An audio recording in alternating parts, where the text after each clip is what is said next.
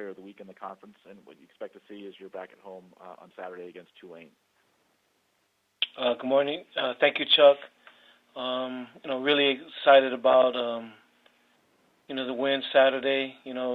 South Florida had just come off a big win over BYU, and,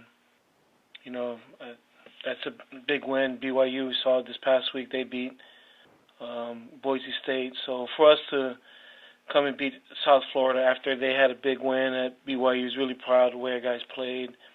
Thought we played really, really well on defense the entire game for 4 quarters. So it was great to have a complete game defensively.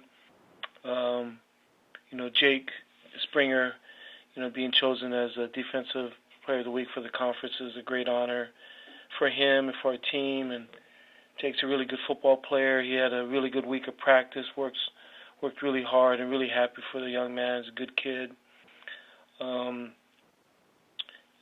Thought we did some decent things offensively. We got to do a better job of taking care of the ball. But with that said, we were still rushed for over 400 yards and able to get a win. But excited the way we played, again, especially defensively. Looking forward to another tough game versus Tulane. They had a tough loss this past week, but they've been playing great the whole year. Coach Fritz is, one of the best coaches in the country. He does a really good job, and their teams are always tough and sound. Changed a little bit schematically this year, offensively, and we're playing really, really well. And again, had a tough loss last week, but I know they'll be ready to come back. We'll have a tough game this week, but we're looking forward to playing them at home.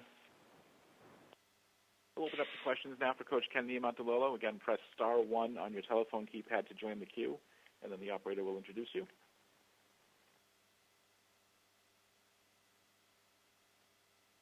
And we'll go to Bill Wagner, Baltimore Sun Media Group. Coach, can you just talk a little bit more about what you're seeing out of Tulane? And you had mentioned they've changed schematically. I haven't, I don't watch Tulane on a regular basis, but I think I did hear they're not doing as much of their zone option plays. What are you seeing, Coach?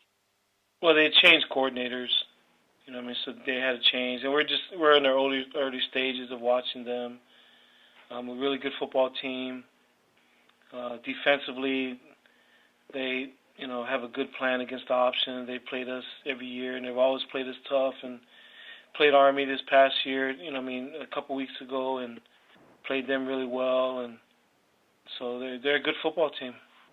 And they still run the ball, but they probably throw the ball more than they've done in the past. But they're still running the ball. But they changed schematically. They're not running stuff that they used to do before. They got a new coordinator. Guy was at Memphis. Right. Can you talk? I know you've been asked about this before, but can you talk about the West Division race? I mean, as it stands now, SMU, Tulane, Navy, they're all in the mix there. Memphis. I mean, it's a lot of good teams in this West side. Yeah, it's tough, Wags. It's a tough. Our entire league is tough, and in the West, there's a lot of teams that are, still in the hunt. Everybody's just got to continue to keep playing, but we're excited about competing in this side of our conference. But it's a tough league, man. All right, thanks, Coach. Thanks, Wags.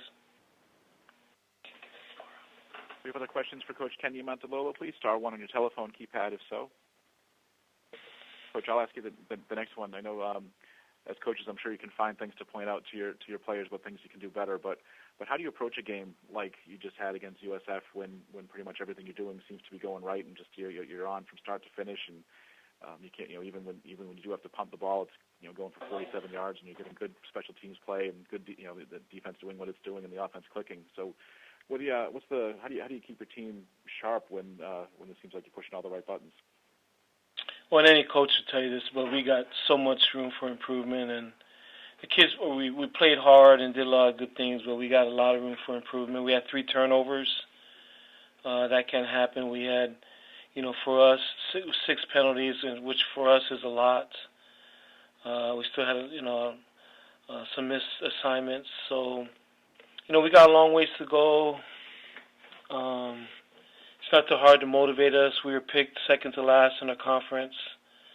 We were picked 114 in some magazines how we're going to be this year. So we are who we are. We recognize that. You don't start celebrating or patting yourself on the back until the end of the year. And so that's always our mindset. That's always our approach. We're 1-0 and just kind of press forward. And then last one for me, Coach. You're on the precipice now with 5 wins of bowl eligibility. Is that a goal that was set out before the season? Was it a tangible goal that could be achieved this weekend, or have you even put that in the talking points this week? No, we haven't really talked about it. Our thought process has been 1-0, and every game's the biggest game.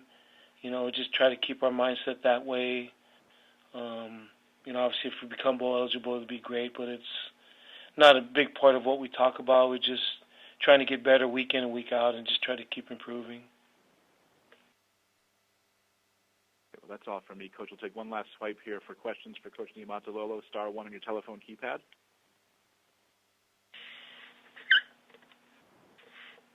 Seeing none, Coach, well, thank you for your time this weekend. We'll look forward to talking to you